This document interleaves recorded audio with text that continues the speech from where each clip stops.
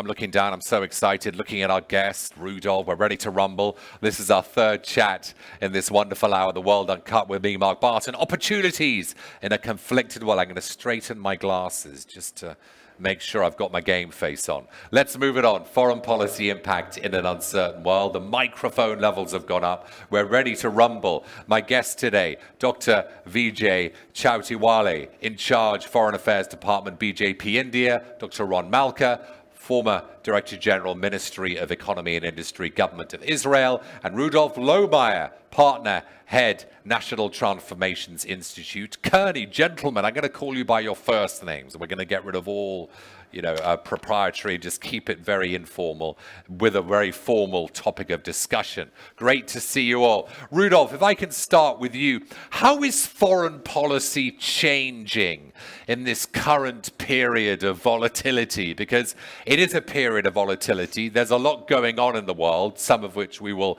touch on in this discussion. But how is foreign policy changing in this period of volatility? Oh, we can't hear you, Rudolph. Hang on.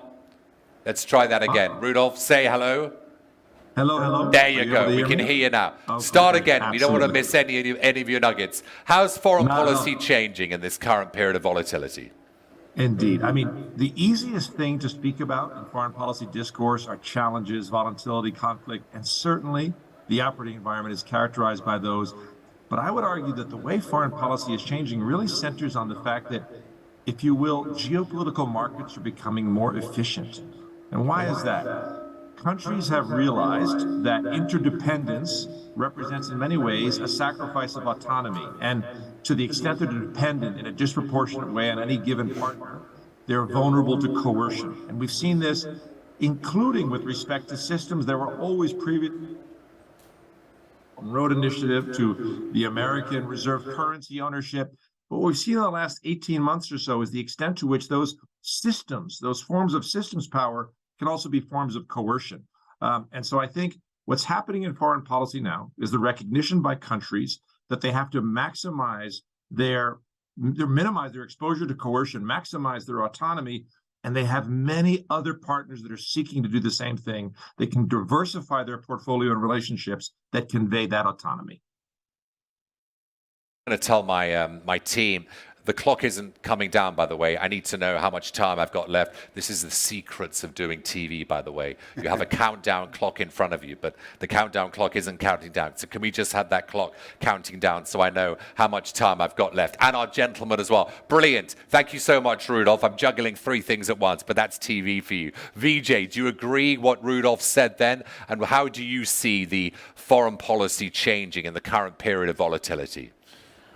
I agree, because every country is trying to position itself in this uncertain world in a way that they minimize the risk, or at least mitigate the risk, and at the same time push that country's interest to the front. And one of the things what India has very cleverly done is essentially the same when they have taken a very nuanced view about Ukraine-Russia war. We have said very clearly that we are not for war, but at the same time we didn't take a very polarized position as a European or American would like us to do. And that every country is trying to basically do the same thing, is to maximize the returns on such a conflicting worlds. I guess the COVID also has impacted in a great way the multipolar alliances that have been taking place in the world, because COVID has given us a shock where every country has realized that they cannot fight this battle on its own. And it also has a new kind of dimension about future pandemics. So essentially, there will be still some core values that will determine the foreign policy issues, but pragmatism is the word of the day. Yeah, pragmatism, Ron. You agree with that? Is that the word of the day? Yes, I will look at it from two different angles. As a professor for advancement theory, I can tell you that volatility is perceived as more risk. More volatility is more risk, which you need to compensate for. But if you are an option trader, more volatility is more opportunities. So when we are Israelis look at that new normal, which is going to be a more volatile and uncertain world, we see risks, we see threats, but we see also opportunities. And we Israelis that are known for being improvisers, flexible, adaptive, fast thinker, solution makers, whatever the world perceives Israel, which is true, we see many opportunities alongside with the risks that we need to manage. And we also understand that, for example, radical groups might see this high volatility and uncertain world not as a bug, but as a feature. And this we need to take in consideration. So the way that we see it, it's going to be more risky, but more opportunities will be there. It will be regional and global. Israel is perceived in the region as strong provider, good partner, and we feel that, we see that, and I think that this is only going to grow, and we'll see more platforms, more frameworks like the I2U2 that was just launched, but we'll see more. What sort of frameworks?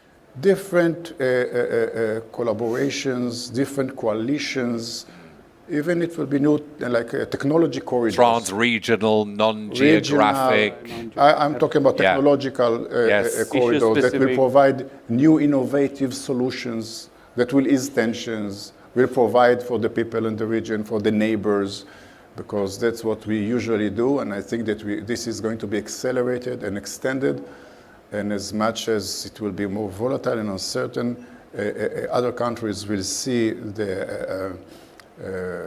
what Israel can bring, what Israel can add, what Israel, how is it to be partner and to collaborate with Israel. And for us, I think also many opportunities are on the way. It's in topic-specific, issue-specific alliances, you were saying, Vijay.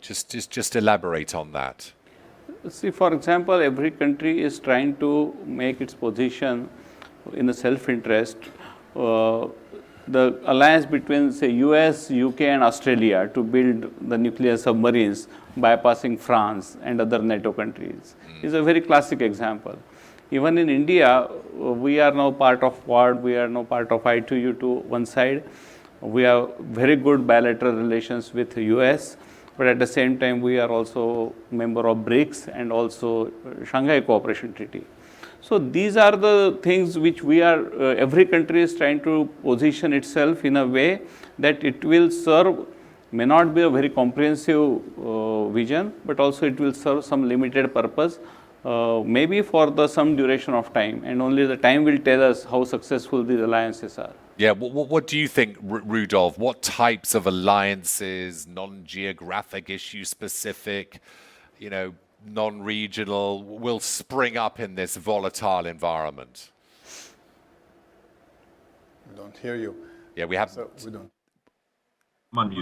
First and foremost, I would say is digital partnerships. Yeah. So we're seeing a lot of innovation. The Singaporeans are driving digital economy partnerships. The UK is boldly innovating in this respect. So is the UAE, of course. So is Saudi Arabia. So is India.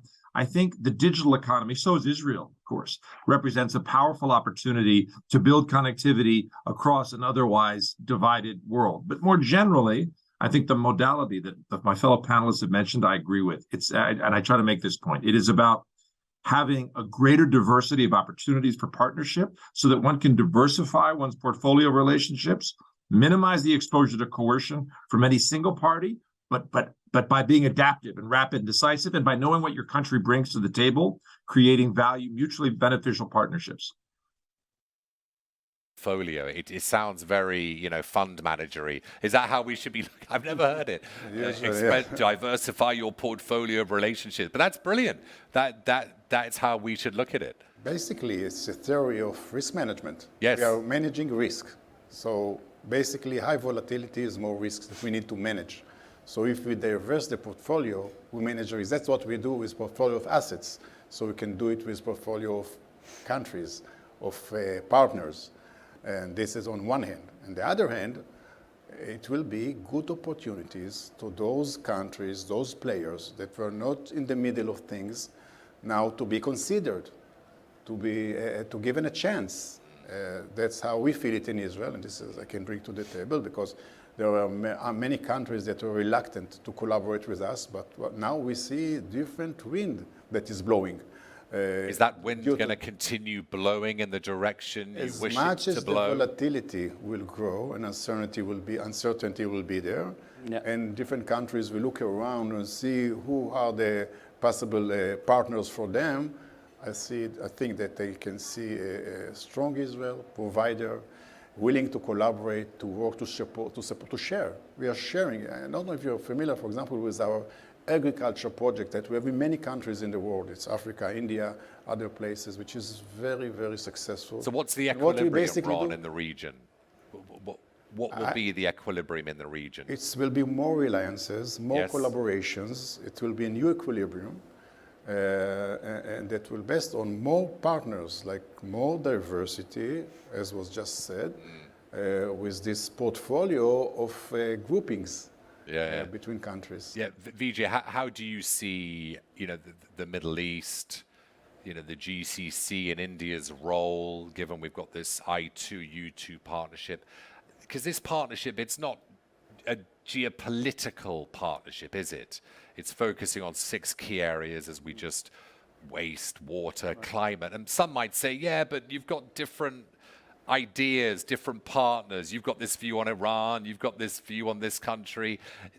Will it fundamentally work because of the maybe different viewpoints geostrategically and geopolitically? I think it will work because the common interests are overriding over some differences between these countries. And so there will be some differences. You have given one example, but overriding principle is the commonalities in the climate change, conservation, agriculture, sustainable energy, and digital economy. So these are the things which everyone is seeking for. All these 4 countries are complementary to each other on each of these aspects. And this will drive this alliance. And the commonalities are much stronger than the differences. Do you agree, Rudolph? Is the alliance strong enough to withstand maybe some differences in geopolitical opinions and leanings? Very much so, I would argue, because all the members of it share a certain set of values about the rule of law that will bind them together in the most difficult circumstances, and yet they have complementarities that are so significant that they have many reasons to create partnership, even on a modular basis. It doesn't always have to be comprehensive. It can be based on what each country brings to it. So I think it's very stable because the values underlying it are shared, and then the complementarity economically and strategically is high. I totally agree. I think that the willingness to put aside the differences and to focus on the similarities, the shared interests, values, is growing as much as uncertainty is growing. So Prime Minister Modi was the first one to high define Israel, for example, and give it a chance. Now we see more and more countries stepping in this corridor that he just opened. That's why I was so thankful for him. So we see more willingness to put aside, to dehyphenate, to say, okay, we might support this interest or this cause or the other cause, but it doesn't mean that we cannot collaborate and work with everyone to focus on the similarities and try to work together. And as much as the world becomes more uncertain, more volatile, the willingness to put aside the differences is growing.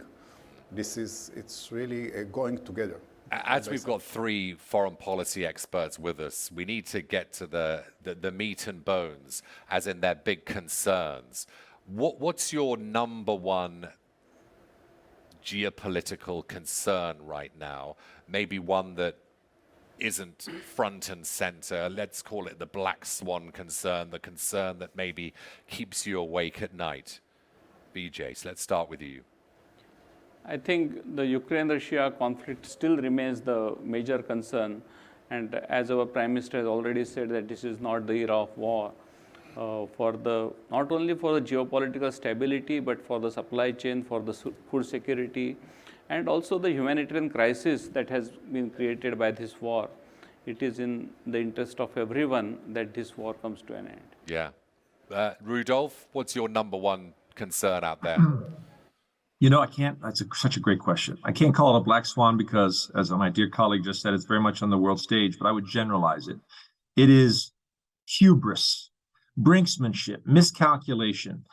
For the same reasons that we see opportunities in this period of flux, as we've discussed, there are national actors who also see opportunities to do things that violate core values of, affirming life and of the sovereignty of states, as we're seeing.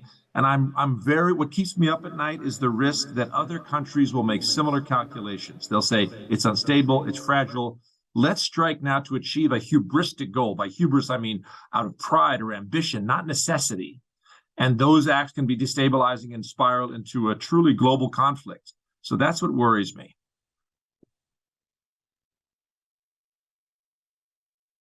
Easy question, because there is a country there in the region that its stated aim is to destroy my country. So, of course, this is our first concern, first and foremost, and this is what we are focused on. And so, for me, this is the main concern, that this country will not be able to have those mass production weapons that they are wishing to have for us. It's very easy.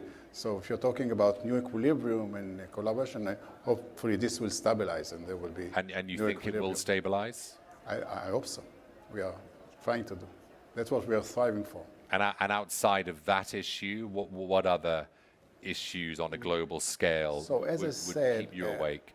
More uncertainty and more volatility might be an opportunity for radical groups to perform, to act. It's much more easier for them. It's a fertile ground to radical groups to act and to form. And that is something that can be spread all over. So hopefully the world will get united, understand the risk that there is by terrorism. And if we'll get united and understand what is the risk, together we can avoid that. Otherwise, it will be much easier for these groups to act. Yeah. Ron, you've got an alignment with Morocco.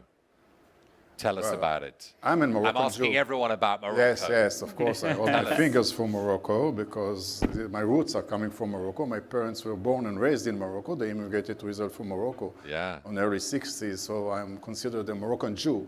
So for me, it's a very easy question. What's it like? What does it feel like to be so closely associated with the first, African nation, Arab nation to get to a semi-final of the World Cup? I mean, it's so enticing, isn't it? That sort of. It's big pride. I'm so proud of Yes. my roots. Yes, of course. My parents were, dancing. Yes, of course. These are my roots, and I'm a proud Moroccan Jew. For me to see Morocco, and of course, I'm so happy for all the Arab world. Of course. Because in some extent, it gave them, the feeling that they are part of. They're in the middle. They can, and it warms the heart. Yeah. See that. So Morocco, obviously, you want to win. Vijay, how are you feeling about this game, Morocco against France, with the prospect of playing Argentina? I have full support for my friend Ron. Yeah. And also Morocco being a great first African country to reach this level. But I will still go for France. Yeah. Oh. Rudolph, who's gonna win? Morocco, France, and Argentina? Rudolph? I think my heart is with Lionel Messi. My mind suggests that maybe France is most likely, but I think it would be most powerful if Morocco were to win. I'm a proud New Yorker, and New Yorker and Morocco have that in common. We are so deeply diverse. To see diversity like that come together in the unity of a team is a beautiful thing.